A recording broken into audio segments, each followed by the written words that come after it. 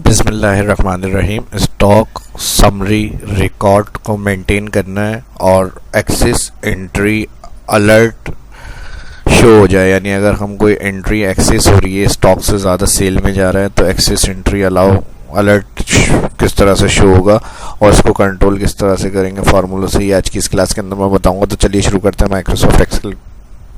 Microsoft Excel को open करेंगे। यहाँ पर प्रोडक्ट,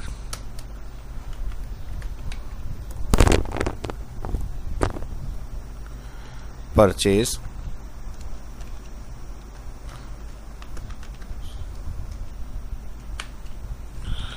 सेल, क्लोजिंग, स्टॉक और यहाँ पर स्टेटस।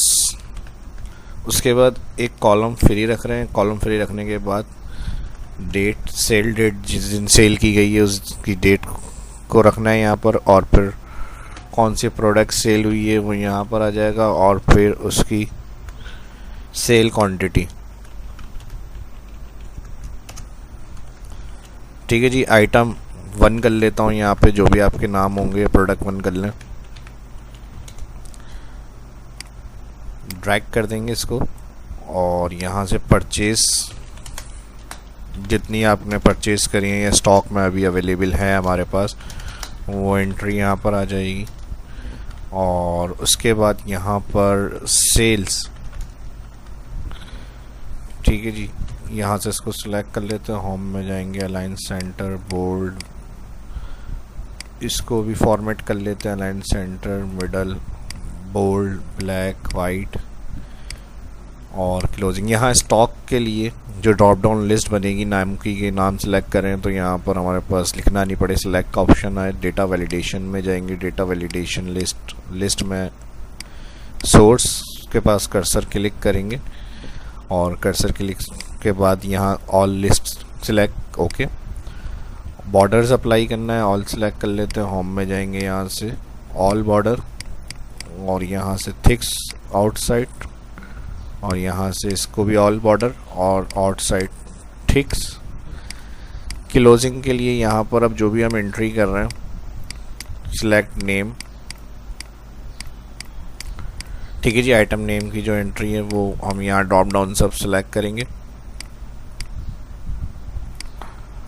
और उसके बाद रिस्ट्रिक्शंस का काम कैसे होगा, ऑल अलाइन सेंटर कर लेते हैं यहाँ से। अब सेल के लिए यहाँ पर ऑल सम इफ कंडीशन लगाएंगे, सम इफ, यहाँ से ऑल कॉलम सेलेक्ट करेंगे, प्रोडक्ट और F4 कर देंगे इसको, 1 टाइम एब्सोल्यूट हो जाएगी रेंज रेफरेंस। कॉमा के बाद क्राइटेरिया में हमारे पास ये जो प्रोडक्ट्स आ रही हैं इसको देखना है, तो ये फर्स्ट सेल प्रोडक्ट का क्लिक, A2 इसका सेल एड्रेस आ गया मेरे पास, सम रेंज, ऑल सेल क्वांटिटी और इसको भी F4 कर देंगे, एब्सोल्यूट, $, ड्रैग, ब्रैकेट क्लोज और इंटर के बाद ड्रैग। अब यहाँ सम इफ में प्रॉब्लम क्या आ रही है कि 0 शो हो रहा है। मैं ये चाह रहा हूँ कि जब एंट्री हो तो फिर यहाँ शो अलाउ होना तो 0 प्रिंट ना हो, क्योंकि अगर हमें प्रिंट आउट निकालना पड़ता है तो इस तरह से 0 वैल्यू शो हो रही होती है जो हम प्रिंट में नहीं दिखाते हैं या वैसे भी प्रिंट में शो नहीं करते हैं 0। तो इसलिए इसको क्लियर करने के लिए यहाँ पर इफ़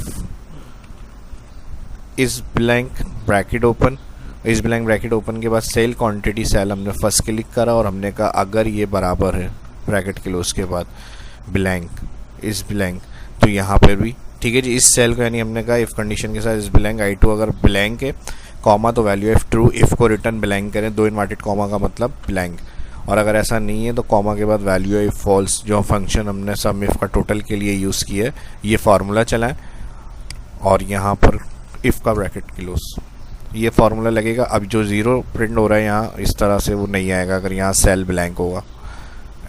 ठीक है जी। ब्लैंक हो गया, ड्रैग कर लेंगे इसको। अब इंटर होगी वैल्यू तो यहाँ पर अमाउंट जो सेल वैल्यू होगी शो होगी, वरना तो ब्लैंक रहेगी इस तरह से। अब मिसाल के तौर पे परचेज 150 सेल करी हमने 100, 200 में से हमने सेल करी 120, 250 में से हमने सेल करी 130। अब सेल रिकॉर्ड का जो भी होगा आप रिकॉर्ड यहाँ पर एंटर करते रहेंगे और इस तरह से यहाँ पर आपके पास सम इफ से रिज़ल्ट प्रिंट होता रहेगा आपके परचेज़ वाले सेक्शन के साथ। जो सेल वाला सेक्शन होगा वो यहाँ पर आप रिकॉर्ड मेंटेन करेंगे। अब ये मिसाल के तौर पे 20 गई, प्रोडक्ट 3, अच्छा जी ठीक है जी, 250 थी, प्रोडक्ट 4, ठीक है जी 20 हो गई। और यहाँ पे प्रोडक्ट 5 जो है वो 10। अभी इसका बैलेंस रिकॉर्ड हमारे पास यहाँ क्लोजिंग में आएगा। अभी हमें एंट्री हम सेल कर रहे हैं तो यहाँ परचेज़ के हिसाब से सेल लिखी हुई आ रही है कि 50 हमने परचेज़ की थी, 10 सेल्स करी है, वो रिकॉर्ड। अब इसमें रिस्ट्रिक्शन भी लगाएंगे जो मैंने कहा था कि अगर एक्सेस एंट्री हो रही है तो अलाउ ना हो और अलर्ट जारी हो उसका, तो वो किस तरह से होगा पहले ये कंप्लीट करते हैं, उसके बाद वो वाला काम भी करेंगे। 75 और यहाँ पर 75 परचेज़ की, 60 सेल करी, ये भी हो गया। और यहाँ से 100 सेल हो गई, 120 परचेज़ की। लूजिंग में आएंगे फर्स्ट सेल के अंदर इक्वल परचेज़ माइनस कर देंगे सेल, एंटर। सेल के एंड पे आएंगे ड्रैग, ठीक है जी। जो क्लोजिंग होगा हमारे पास मंथली अगर आप देख रहे हैं तो इस तरह से आपका मंथली क्लोजिंग आ जाएगा, डेली का है, वीकली है, आप इस तरह से रिकॉर्ड बना सकते हैं। उसके बाद स्टेटस के अंदर अगर यहाँ लेस देन इक्वल 20 या 1 होगा तो स्टेटस हमें चाहिए लिखा हुआ, तो इसके लिए इक्वल इफ कंडीशन लगा लेंगे। First cell closing stock less than equal होता है ये 20 कॉमा इन्वर्टेड कॉमा, तो लो स्टॉक, फिर inverted comma comma inverted comma. अब वैल्यू फॉल्स में जो भी आपको लिखा हुआ प्रिंट करना है वो आप कर सकते हैं, ब्लैंक रखना है तो यहाँ पर 2 इन्वर्टेड कॉमा दे दें, शिफ्ट के साथ ब्रैकेट क्लोज, एंटर। अब जहाँ 20 से कम होगा, ठीक है जी, फार्मूला यूज़ किया है इफ़ कंडीशन, 20 से कम होगा इस सेल में तो फिर लो स्टॉक लिखा हुआ आएगा, नहीं तो ब्लैंक। ड्रैग कर लेते हैं, ठीक है जी। यहाँ से कॉलम विथ और डबल क्लिक ऑटो फिट के लिए। अब जैसे मिसाल के तौर पे यहाँ पर 280 120 सेल हुई है, अगर मैं इसको यहाँ कर देता हूँ तकरीबन 185 15 और लो स्टॉक 150 थी, यहाँ पे मैंने इसको सेल में कर दिया 135 सेल हो गई, तो यहाँ लो स्टॉक आ गया, यानी रीऑर्डर कर लें इसको आप, ठीक है जी। अब डेट के लिए आप फॉर्मूला यूज़ कर लें इक्वल इफ, अगर ये सेल बराबर है ब्लैंक 2 इन्वर्टेड कॉमा तो यहाँ पे भी ब्लैंक करें, नहीं तो टुडे कंडीशन चलाएं, ब्रैकेट ओपन ब्रैकेट क्लोज, ठीक है जी। अगर नंबर्स में आंसर आ रहा हो इस तरह तो डेट फॉर्मेट में लाने के लिए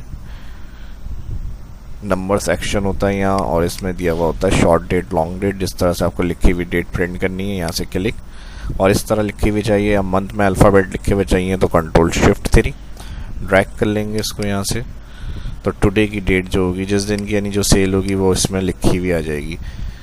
तो ये टाइम सेव के लिए टुडे लगा दिया मैंने, वरना तो आपकी मर्ज़ी है, जिस तरह से आपको प्रिंट करना हो उस तरह से आप डायरेक्ट इंटर कर सकते हैं डेट, ठीक है जी। ड्रैग कर लेंगे +1 से अपडेट होकर आ जाएगी 26 27 28 इस तरह से, ठीक है। ऑल जब काम कर लेंगे कंप्लीट, सेंटर कर लें यहाँ से इसको, फॉन्ट अपने हिसाब से जो आपको रखना है वो, ठीक है जी। अब बात कर लेते हैं रिस्ट्रिक्शंस की, तो यहाँ से इसको सिलेक्ट करेंगे ऑल कॉलम, जो सेल क्वांटिटी हम इंटर कर रहे हैं इसको ऑल सिलेक्ट करेंगे, डेटा वैलिडेशन में जाएंगे, यहाँ पे दिया हुआ लिस्ट और यहाँ से दिया हुआ आपको कस्टम, कस्टम के अंदर आएंगे इक्वल, और इस सेल को हम कहेंगे लेस देन इक्वल हो इस सेल के, ठीक है जी। ओके किया। अब मिसाल के तौर पे जैसे यहाँ पर 150 परचेज है और सेल 135 हो गई तो ठीक है अलाउ है, लेकिन अगर यहाँ 150 है और मैं यहाँ पर कर रहा हूँ 151, नहीं होगी। ये थी रिस्ट्रिक्शंस जो इस क्लास के अंदर मैंने बताने का कहा था वीडियो के स्टार्ट के अंदर। तो ये रिस्ट्रिक्शंस आप और नॉर्मल डाटा या किसी और शीट के ऊपर भी यूज़ कर सकते हैं। अक्सर इस तरह से प्रॉब्लम आती है जो हमें फेस करनी पड़ती है कि हमारे पास जो एक्सेस एंट्री होती है उससे ऊपर अलाउ कर रहे होते हैं सेल के अंदर नंबर्स को, तो फिर बाद में हमें प्रॉब्लम आती है कि जितना था नहीं उससे ज़्यादा का हमारा चला गया अमाउंट। तो इस चीज़ को रोकने के लिए ये रिस्ट्रिक्शंस लगाते हैं हम डेटा वैलिडेशन से, ठीक है जी। अब जैसे 150 है तो यहाँ 150 अलाउ हो जाएगी, ठीक है जी। क्लोजिंग स्टॉक 0 हो गया, ज़ाहिर है 150 थी, 150 सेल हो गई। लेकिन अगर कोई गलती करता है यहाँ पे कि 150 है और बेच 151 रहा है, तो ये रिस्ट्रिक्शंस अलाउ नहीं करेगी। तो ये था डेटा वैलिडेशन का कमाल। और इस तरह के और भी बहुत सारी चीज़ें और रिस्ट्रिक्शंस और प्रोफेशनल रिस्ट्रिक्शन और कमाल हम और भी कर सकते हैं। तो देखते रहिए शहाब इस्लाम यूट्यूब चैनल, और इस तरह के और टॉपिक मज़ीद इन्फॉर्मेटिव अपलोड करने के लिए इस वीडियो को ज़्यादा से ज़्यादा लाइक करेंगे तो इसी तरह की और इन्फॉर्मेशन वाली वीडियो आप लोगों के साथ शेयर होंगी। और डेटा वैलिडेशंस और फार्मूलों के ऊपर जो होंगे आगे आने वाली वीडियो के अंदर भी टॉपिक्स कवर करेंगे इंशाल्लाह। लेकिन इस वीडियो को ज़्यादा से ज़्यादा लाइक करें। जो फर्स्ट देख रहे हैं चैनल को सब्सक्राइब करें, आने वाली वीडियो के लिए बेल आइकन पर क्लिक करना ना भूलें। अपना ख्याल रखें, दुआओं में याद रखें। मिलते हैं नेक्स्ट वीडियो में। शहाब इस्लाम को इजाज़त दीजिए। अल्लाह हाफिज़।